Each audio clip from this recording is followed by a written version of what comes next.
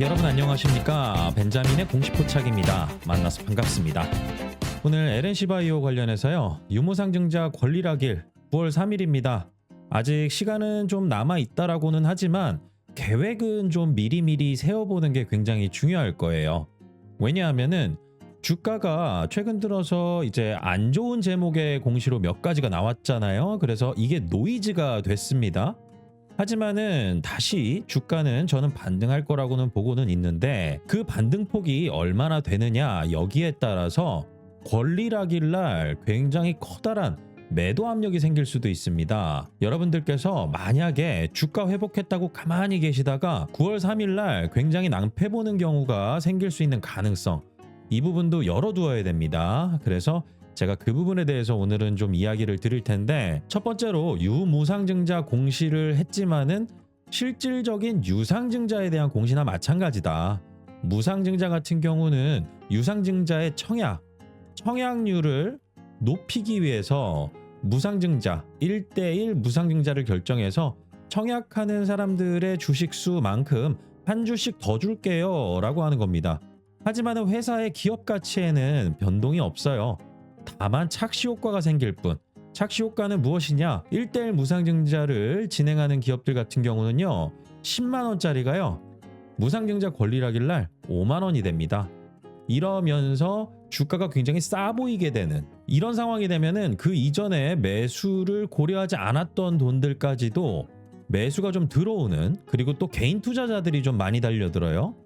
이런 돈을 저는 눈먼 돈이라고 좀 이야기를 합니다. 안 좋은 표현이기는 하지만은 알고 대응하는 것과 모르고 주가만 보고 달려드는 거, 이거 굉장히 조심하셔야 됩니다. 그래서 제가 권리락일 날 어떤 부분들을 여러분들께서 좀 중점적으로 보셔야 되느냐, 여기에 대해서 공시를 기반으로 제가 정리한 자료 내용으로 설명을 좀 드려보도록 하겠습니다. 우선은 유무상증자 공시 발표했잖아요. 그럼 여러분들께서도 신주 청약에 참여할 건지 아니면 청약에 참여하지 않을 건지 이거를 결정을 해야 되는데, 지금 당장은 약간은 좀 애매합니다. 왜냐하면은 아직은 유상증자 1차 발행가 산정 기간까지 시간이 조금 남아 있어서요. 지금 당장 시장의 주가와 어느 정도 차이가 나는지 이 부분을 판단하기가 어렵습니다. 그런데 시간이 좀 지나다 보면은 1차 발행가하고 시장의 주가 굉장히 많이 차이가 난다. 이랬을 때는 청약 유인 효과도 있고요. 그 다음에 예정 발행가보다 만약에 예를 들어서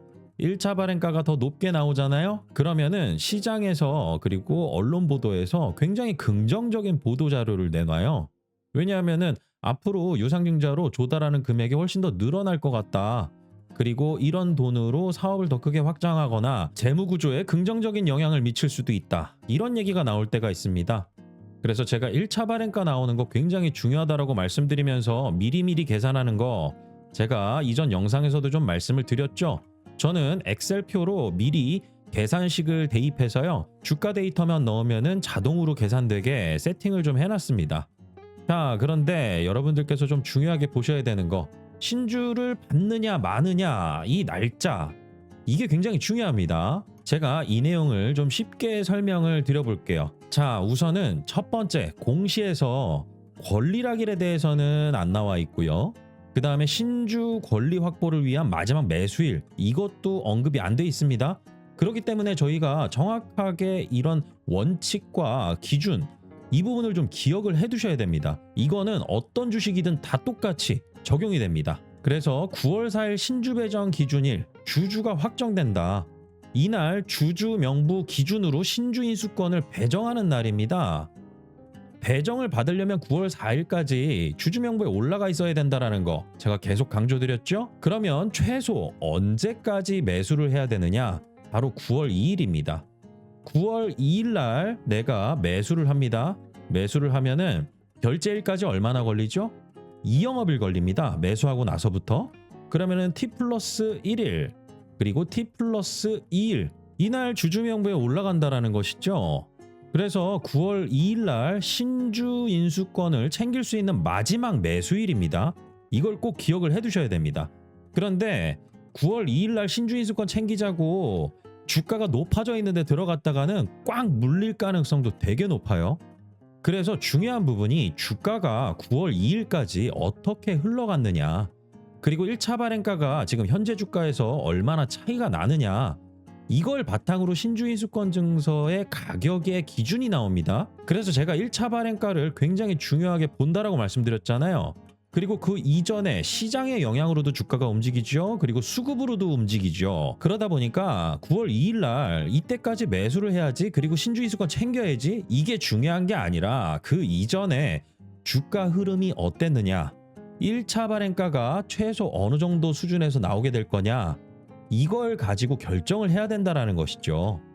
그리고 유무상증자잖아요. 신주를 인수할 수 있는 그 권리를 챙겼다라고 하면은요, 이걸 만약에 신주인수권 증서 거래일 날 매도를 하잖아요. 그러면은 무상증자도 의미가 없습니다. 그래서 여러분들께서 유무상증자잖아요. 유상증자, 무상증자 다 참여하고 내가 장기 투자할 거다라고 하면은 제 영상을 안 보시는 게 차라리 낫습니다. 그런데 유상증자하거나 무상증자하는 기업들 있죠. 특정한 날에 이벤트적인 어떤 매수 매도세가 일어나는 경우들이 상당히 많아요. 제가 말씀드리는 거는 과거의 패턴들을 기반으로 말씀드리는 겁니다. 그래서 제가 두 번째 자료 보여드리면서 여러분들께 좀 예시로 설명을 드릴게요. 자, 우선은 아까도 제가 말씀드렸지만은요, 주주명부를 열람했을 때 그 주주명부에 올라가는 기준 자체가요, 거래일이 아닙니다. 여러분들 신주배정 기준일 9월 4일이라고 해가지고 이때 매수한다. 자, 그럼 사례로 말씀을 드려볼게요. 9월 2일 날 매수 후 보유를 한다. 그러면은 결제 얼마나 걸리죠? T 플러스 2일. 9월 4일 금요일에 결제가 완료되고 9월 4일 주주명부에 등재된다. 신주 배정 받을 수 있다. 그런데 가지고 있던 주식을요, 9월 3일 날 전량 매도합니다. 신주 배정 기준일은 9월 4일인데 9월 3일 권리락일 날 가지고 있던 물량을 모두 매도해요. 그러면 매도하는 것도 마찬가지입니다. 매수했을 때 T 플러스 2일 걸리죠? 매도했을 때는 9월 3일 날 매도를 하면은요, 신주 배정 기준일인 9월 4일 이후에 주주명부에서 빠진다라는 거죠. 그래서 결제는 9월 7일, 그리고 9월 4일엔 아직까진 주주가 된다. 그래서 신주 배정을 받을 수 있습니다. 이게 굉장히 중요해요. 내가 9월 2일까지 매수를 해가지고 조금 더 신주를 받아야 되겠어, 이런 분들이면 상관은 없겠는데요. 만약에 주가가 막 올라가 있는 상황에서 나는 그 이전부터 수익을 냈어요. 수익을 냈으면은요, 기관 자금 같은 경우 이벤트 드리븐 전략을 쓰는 이런 투자자들, 그리고 외국인 자금 중에서도 홍콩에서 한국 주식 매매하는 검은머리 외국인들이 있습니다. 한국 사람인데 홍콩이나 아니면 호주 같은 데 가가지고요, 한국 주식 투자해가지고 수익 내는 곳들이 있어요. 이런 곳들 같은 경우는 이벤트 드리븐 전략 쓰는 거죠. 예를 들어서 가지고 있는 주식이 100주라고 하면요, 권리락일 날 모두 매도해버립니다. 그러면은 나는 이 구간에서 수익은 챙기고 싸게 발행하는 신주 인수권은 챙겨놓고 그 다음에 신주 인수권 증서 거래일에 할지 아니면은 청약할지, 이거 결정하는 거죠. 그래서 중요한 부분은 9월 2일까지 매수해서 가지고 있던 주식을요, 9월 3일 날 매도를 다 해도 신주인수권 증서는 챙길 수가 있다. 그래서 저는 요 구간을 굉장히 많이 노립니다. 그리고 마지막 사례, 권리락일 날 매수하는 거예요. 권리락일은요, 유상증자 신주 청약에 참여할 수 있는 그 권리, 신주인수권 증서를 배정받을 수 있는 권리가 떨어지는 날입니다. 락자가 떨어지는 락자예요. 그래서 9월 3일 날 매수를 하게 되면은요, 주주명부 열어보는 9월 4일 신주배정 기준일 다음 영업일에 결제가 되는 거잖아요. 그러면 신주배정 못 받습니다. 정리하면 9월 2일까지 사서 9월 3일에 팔아도 신주는 내 것이다. 그런데 이렇게 하려면 그 이전의 주가가 어떻게 흐름을 가져갔는지 이 부분을 좀 파악하는 게 굉장히 중요하다. 그리고 권리락일에는요, 기준주가 조정됩니다. 늘어나는 신주만큼 기준주가, 기준이 되는 주가가 바뀌게 됩니다. 다시 말해서 주가가 약간 빠져가지고 여러분들 손실률이요, 만약에 마이너스 5%다라고 하면은요, 이게 조금 더 늘어나요. 마이너스 폭이.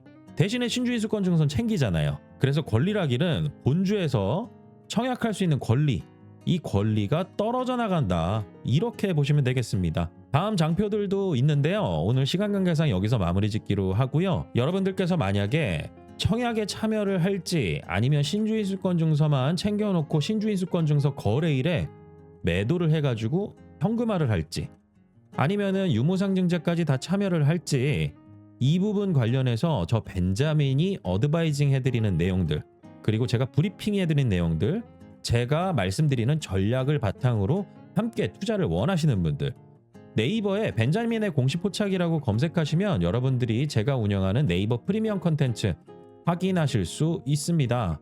네이버에서 운영하는 신뢰도 있는 플랫폼이고요.